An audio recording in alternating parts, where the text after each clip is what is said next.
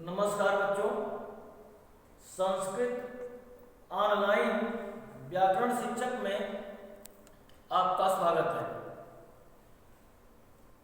मैं राकेश चंद्र शुक्ल, सहायक अध्यापक राजा शारदा महेश इंटर कॉलेज रावरसगंज सोनभद्र, आप लोगों के समक्ष आज हम यह चर्चा करेंगे कि शब्द रूप एवं धातु रूप ये क्या हैं और इनको हम सरल तरीके से कैसे याद करें और कैसे इनका अभ्यास करें। बच्चों, सामान्यतः शब्द रूप और धातु रूप को समझने के लिए व्याकरण शास्त्र के व्युत्पत्ति पक्ष को हमें समझना पड़ेगा, लेकिन यहाँ का जो पाठ्यक्रम है वह व्युत्पत्ति को न तो समझाने लायक है और न ही बताने लायक है। तो हम आप लोगों को एक संक्षिप्त तरीके से शब्द रूप एवं धातु रूप के बारे में बताएंगे और सरल तरीके से हम उसका अभ्यास कैसे करें, कैसे उसको आसानी से हम याद कर लें, इन सब के बारे में विधिवत और विस्तार से चर्चा की जाएगी। तो चलिए हम सबसे पहले जानते हैं कि शब्द रूप है क्या। किसी भी भाषा में दो प्रकार के शब्दों का स्वरूप होता है। एक वो शब्द होते हैं जो परिवर्तनीय होते हैं, एक वो शब्द होते हैं जो अपरिवर्तनीय होते हैं। परिवर्तनीय शब्द से हमारा तात्पर्य यह है कि जो शब्द वाक्य में संगति के अनुसार अपने स्वरूप को बदलते हैं वे अपरिवर्तनीय हैं। परिवर्तनीय हैं जैसे संज्ञा शब्द, सर्वनाम शब्द। कुछ ऐसे शब्द हैं जो वाक्य की संगति में प्रयोग तो आते हैं लेकिन उनका स्वरूप परिवर्तित नहीं होता, जैसे उपसर्ग और अव्यय। तो आज हम परिवर्तनीय स्वरूप, शब्दों के जो परिवर्तनीय स्वरूप जिन्हें हम शब्द रूप और धातु रूप के नाम से जानते हैं, उनके बारे में हम चर्चा करते हैं। आप देख रहे हैं शब्द रूप संस्कृत व्याकरण के दृष्टि से शब्द रूप दो प्रकार का होता है। पहला है अजंत और दूसरा है हलंत। अब सबसे पहले हम ये जाने कि अजंत क्या है और हलंत क्या है। तो अ में अंत होने वाले, अज माने होता है स्वर, इन्हें हम स्वरांत भी कह सकते हैं, हलंत को व्यंजनांत भी कह सकते हैं। तो स्वरों में अंत होने वाले जो शब्द स्वरूप हैं उन्हें हम अजंत कहते हैं, और व्यंजनों में अंत होने वाले जो शब्द समूह हैं उन्हें हम हलंत कहते हैं। उदाहरण के लिए हमने दिखाया, जैसे राम, राम में म के बाद अ है, अ क्या है, स्वर है, अजंत है, इसलिए राम क्या हो गया, अजंत शब्द है। कृष्ण, हरि, लता, लता में क्या है, आ है, हरि में ई है। ये सारे शब्द क्या हैं, इनका अंत किसी न किसी स्वर के साथ होता है, इसलिए हम इनको क्या कहते हैं, अजंत या स्वरांत दोनों कह सकते हैं। इसी प्रकार से देखिए कि जिन शब्द समूहों का अंत कैसे हो, किसी न किसी व्यंजन के साथ हो, उसे हम क्या कहेंगे, हलंत। हल प्रत्याहार में सारे के सारे व्यंजन आते हैं। व्यंजनों की संख्या कितनी है, 33 है। तो उन व्यंजनों के में अंत होने वाले जो भी वर्ण समूह होंगे उन्हें हम क्या कहेंगे, हलंत कहेंगे। जैसे दिश, वाक, शरीर, तीनों में हलंत होना चाहिए, लेकिन टाइपिंग मिस्टेक के कारण छप नहीं पाया। अब आगे देखिए कि ये जो अजंत और हलंत शब्द हैं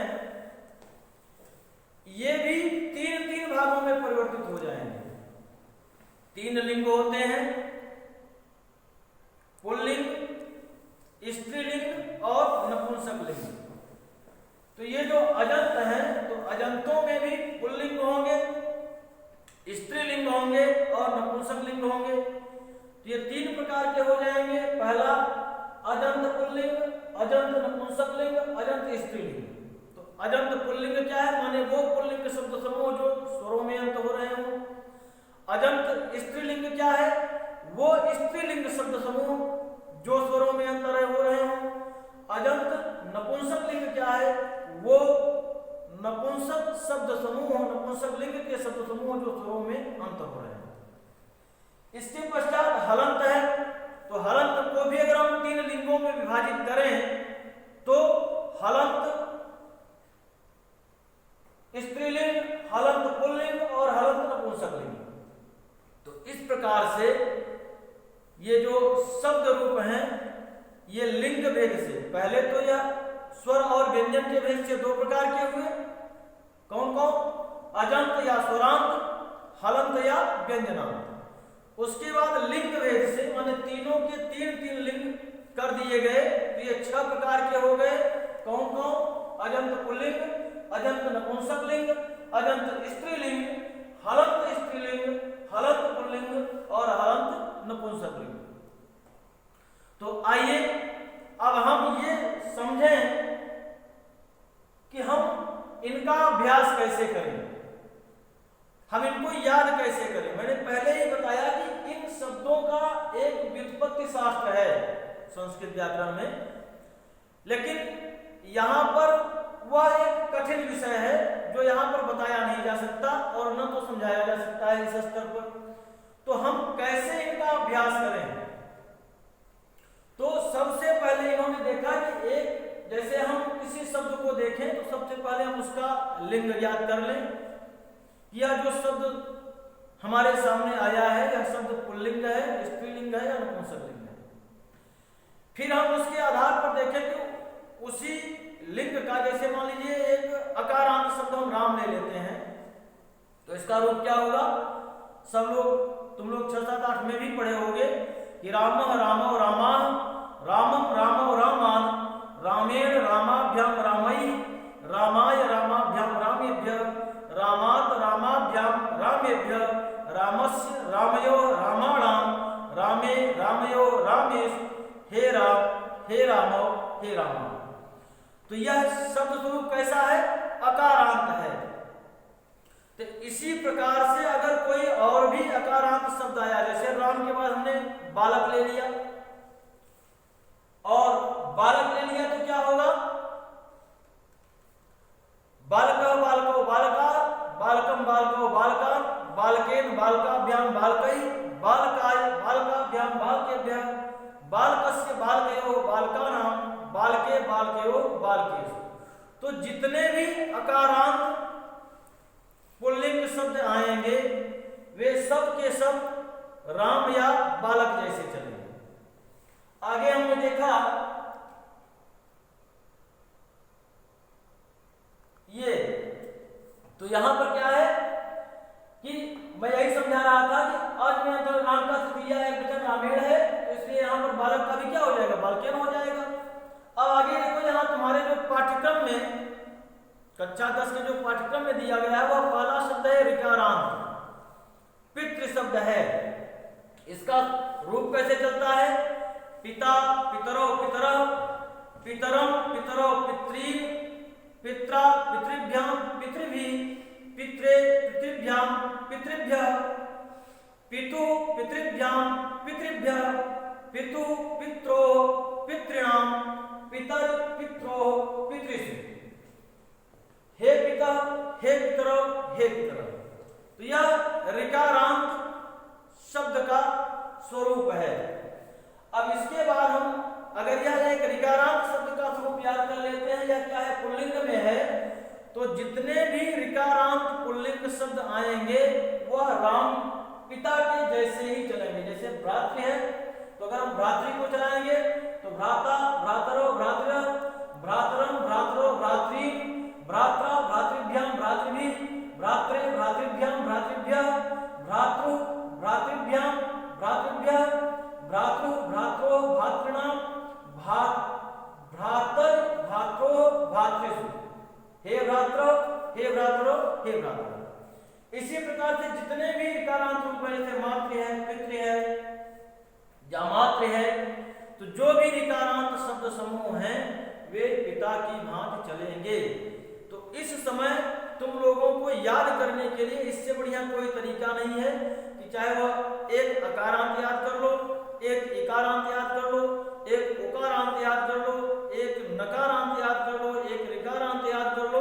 तो एक एक अगर शब्दों का रूप कुल मिलाकर तुम लोगों ने याद कर लिया तो ज्यादा से ज्यादा 10 से 15 शब्द रूप याद करने पड़ेंगे और उसके आधार पर तुम्हें कम से कम 100 से 150 शब्द रूप याद हो जाएंगे, क्योंकि सारे शब्द रूप प्रायः एक जैसे ही चलते हैं।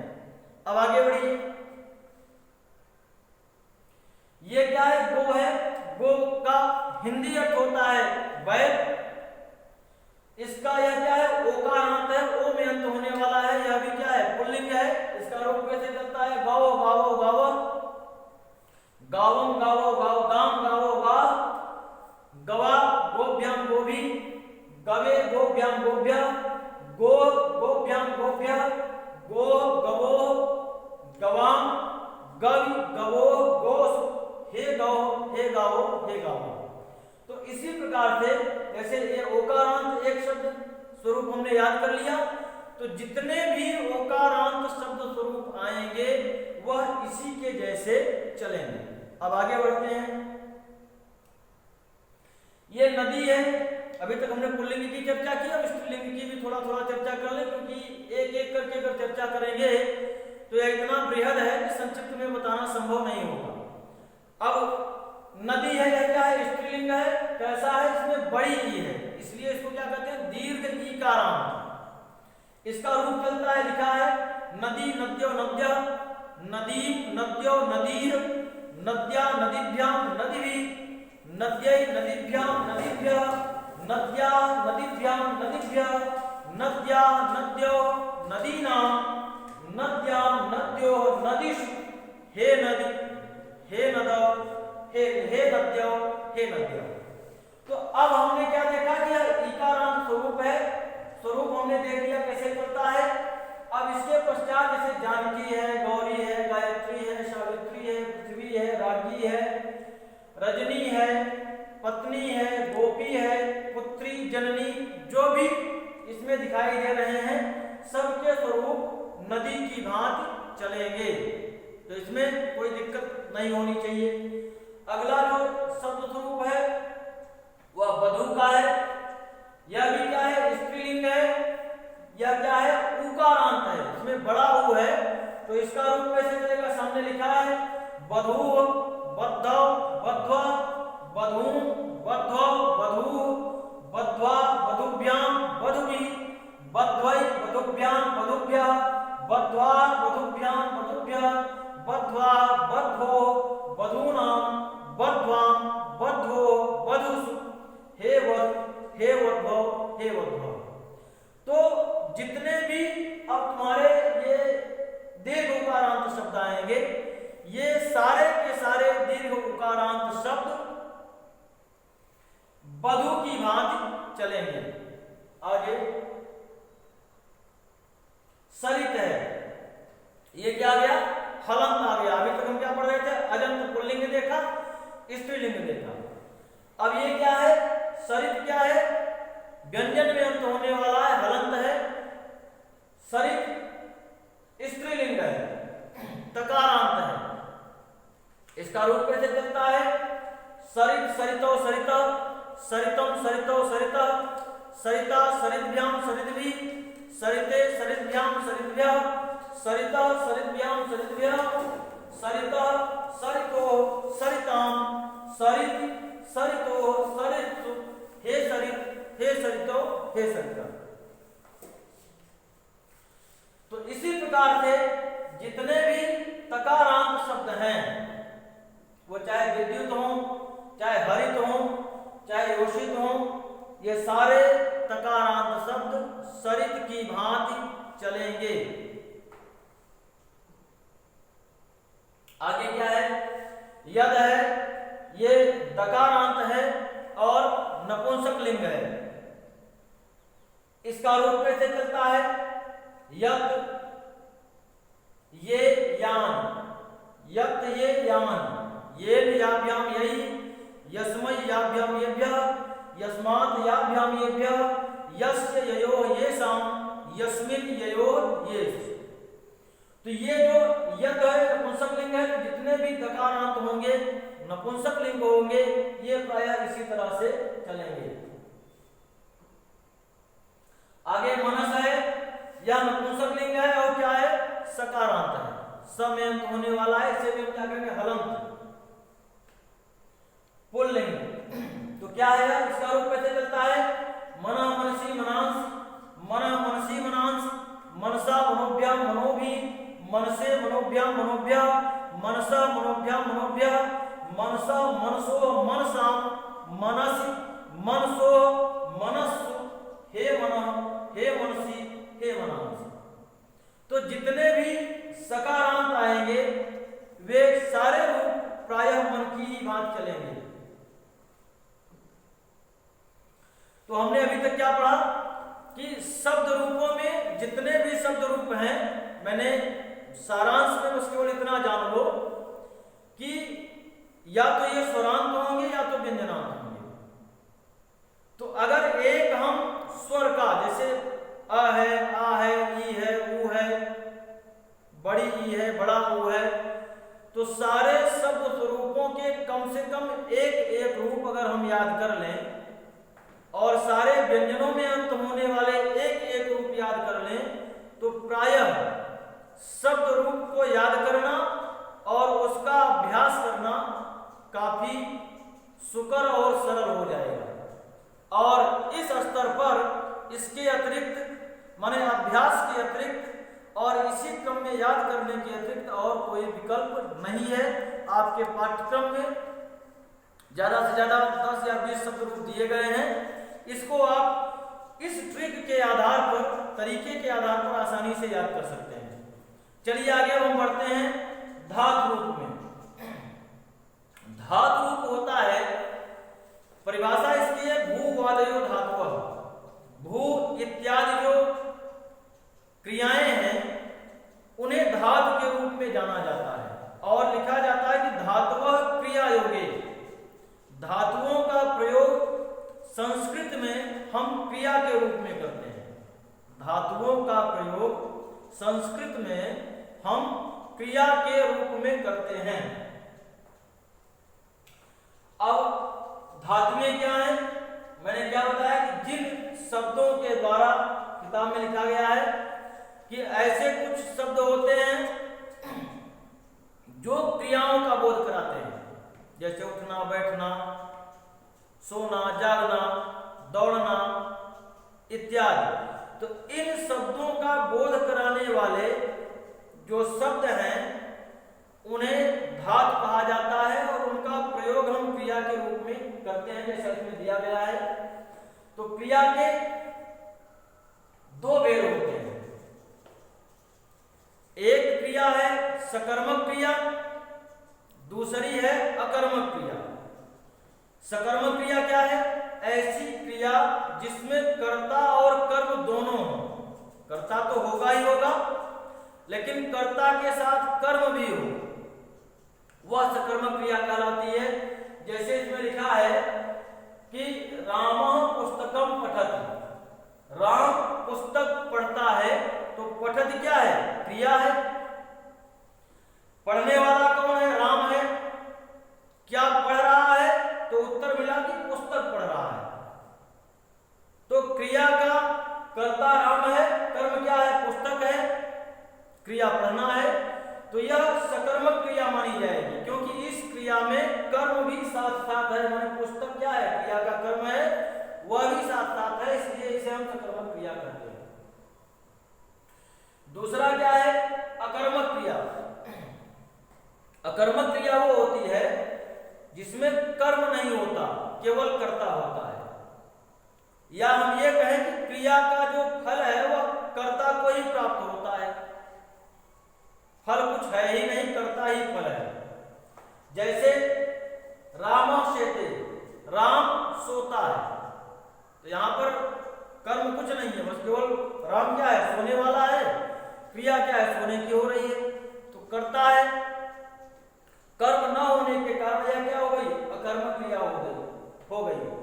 कुछ क्रियाएं संस्कृत व्याकरण में अकर्मक के रूप में गिनाई गई है, जो नीचे दी गई है, जैसे लज्जा, सत्ता, स्थिति, जागरण, वृद्धि, क्षय, भय, जीवित, मरण, शयन, क्रीड़ा, रुचि, दीप्ति, इनका अर्थ देने वाली, माने इस प्रकार का अर्थ देने वाली जितनी भी क्रियाएं हैं उन्हें हम अकर्मक मानते हैं, क्योंकि प्रायः उनमें क्या होता है, प्रायः उनमें कर्म नहीं होता, इसलिए हम उन्हें अकर्मक मानते हैं। इसके पश्चात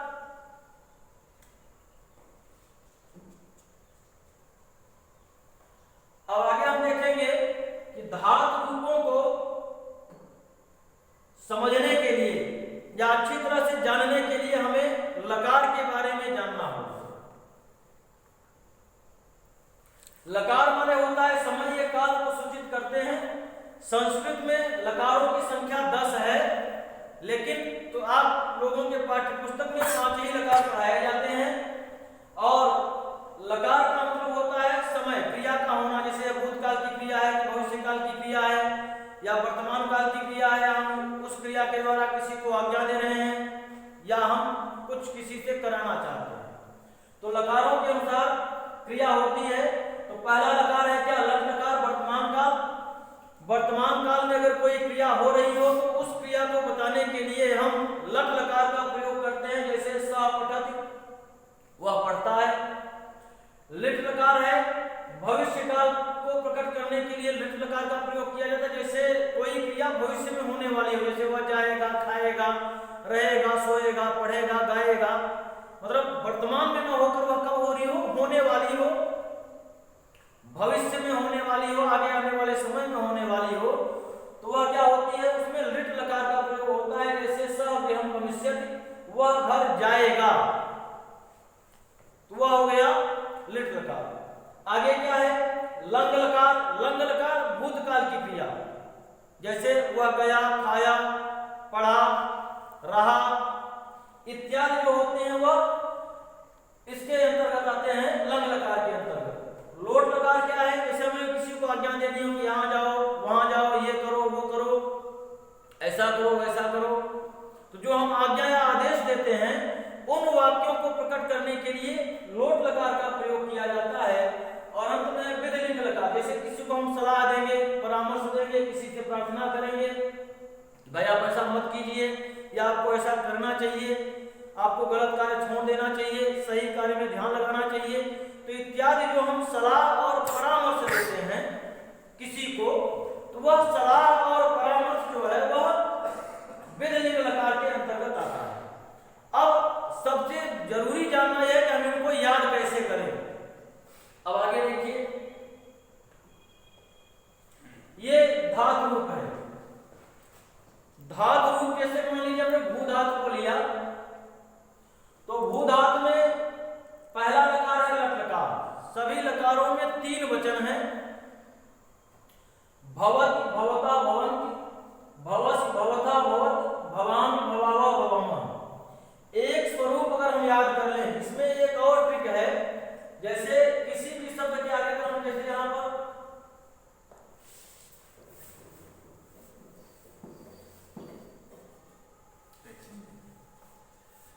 अच्छा चलिए, जैसे यहाँ भवति है तो यहाँ ती हो जाएगा, यहाँ अतः हो जाएगा, वहां अंति हो जाएगा।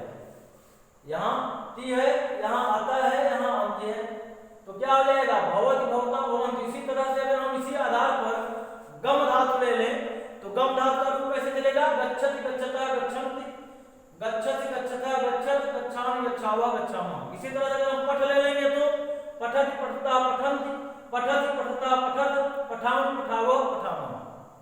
आगे जब इसी को हम लिट लकार में करेंगे तो ईष्यति लगता है, जैसे ईष्यति, ईष्यता, ईष्यन्ति, तो क्या बन गया, भू धातु में भविष्यति, भविष्यता, भविष्यन्ति, ईष्यसि, ईष्यता, ईष्यत, क्या बन गया? भविष्य, भविष्यतः, भविष्यत। उसी प्रकार से ईर्ष्याम, ईर्ष्यावह, ईर्ष्यामः, तो क्या बन गया? भविष्याम, भविष्यावह, भविष्यामः। इसी प्रकार से हम कोई भी धातु ले लें, जैसे मान लीजिए हम गम ले लिए तो गमिष्यत, गमिष्यता, गमिष्यत, गमिष्यस, गमिष्यता, गमिष्यत, गमिष्याम, गमिष्यावह, गमिष्यामः। पठिष्यत, पठिष्यता, पठिष्यत, पठिष्यत, पठिष्यता, पठिष्यत, पठिष्यामि, पठिष्यावह, पठिष्यामः। इसी प्रकार से लंग लकार में अगर हम लेंगे तो अभवत, अभवताम, अभवन्, अभवः, अभवतम, अभवत, अभवम, अभवा, अभवाम। अगर हम पठ को याद करें तो इसी पर आधार पर याद हो जाएगा। अपठत, अपठताम, अपठन, अपठ, अपठतम, अपठत, अपठम, अपठा, अपठम। इसी प्रकार से अगर हम लोट लकार को देखें तो एक लकार अगर हम पूरा याद कर लें और एक धातु पांचों लकारों में हम याद कर लें तो प्रायः सारी धातुएं वैसी ही चलती हैं। जैसे हम लोट लकार में क्या है? भवत, भवताम, भवत, भव, भवतम, भवत, भवान, भवा, भवान। उसी प्रकार से अगर गम धातु है तो गच्छत, गच्छताम, गच्छन्त, गच्छ, गच्छतम, गच्छत, गच्छामि, गच्छा, गच्छताम, गच्छ, गच्छाम। पठत, पठताम, पठन्त, पठ, पठतम, पठत, पठान, पठाव, पठाम। इसी प्रकार से विधिलिंग में कर लेंगे तो भवेत, भवेताम, भवेयु, भवेय, भवेतम, भवेत, भवेयम, भवेव, भवेम। उसी प्रकार से अगर हम गच्छ को पढ़ें तो गच्छेत, गच्छेताम, गच्छेयु, गच्छेय, गच्छेतम, गच्छेत, गच्छेयम, गच्छेव, गच्छेम। पठ को ले लेंगे तो पठेत, पठेताम, पठेयु, पठे, पठेतम, पठेत, पठेयम, पठेव, पठेम। पिब को ले लेंगे तो पिबेत, पिबेताम, पिबेयु, पिबेह, पिबेतम, पिबेत, पिबेयम, पिबेव, पिबेम। तो हमारे कहने का तात्पर्य सिर्फ इतना था कि अगर हम एक धातु को कायदे से तैयार कर लें पांचों लकारों में तो सारे की सारी धातुएं आसानी से तैयार हो जाएंगी। आगे बढ़िए। अब गृह कार्य है तो गृह कार्य में आपके पाठ्य पुस्तक में ऋकारांत, इकारांत, सकारांत, अदस ये शब्द रूप दिए गए हैं। इन सारे शब्द रूपों को अभी हमने विस्तार से समझाया, बताया। आप लोग उसी तरीके का इस्तेमाल करके अपनी पाठ्य पुस्तक में उत्तर पुस्तिका में इसे लिखिए और अभ्यास करिए। इसी तरह से अभी हमने तरीका बताया कि अगर आप एक लकार की सारी धातुओं को, एक धातु के सारे लकारों को याद कर लें तो सारे धातुओं का अभ्यास पांचों लकारों में किया जा सकता है। तो आप उसी के आधार पर एक को याद करें, बाकी सबका उसी के स्मरण के आधार पर अभ्यास करें। इससे आपका शब्द रूप और धातु रूप का जो कार्य है वो सरल हो जाएगा। धन्यवाद। सबका कल्याण हो।